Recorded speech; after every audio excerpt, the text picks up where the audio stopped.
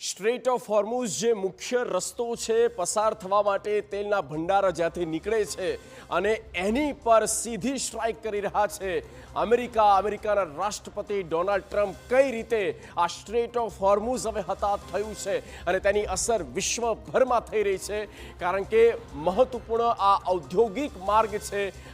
crude oil માટે અને LPG માટે ત્યારે હોર્મુઝની ખાડીને લઈને મહત્વપૂર્ણ અપડેટ આપી દઈએ બંને દેશમાં ટકરાવની સ્થિતિ છે અને થોડો વિરામ વચ્ચે હતો અને ફરી એકવાર આ આગમાં બંને દેશ આવી ગયા હોર્મુઝની ખાડી મુદ્દે બંને દેશમાં ટકરાવ અમેરિકાએ હવે ઈરાન પર હુમલો કર્યો છે આ એક મહત્વપૂર્ણ જાણકારી ઈરાનના અનેક સ્થળો પર હુમલા કરવામાં આવ્યા છે અને ઈરાને ઓઇલ ટેન્કર પર કર્યો હુમલો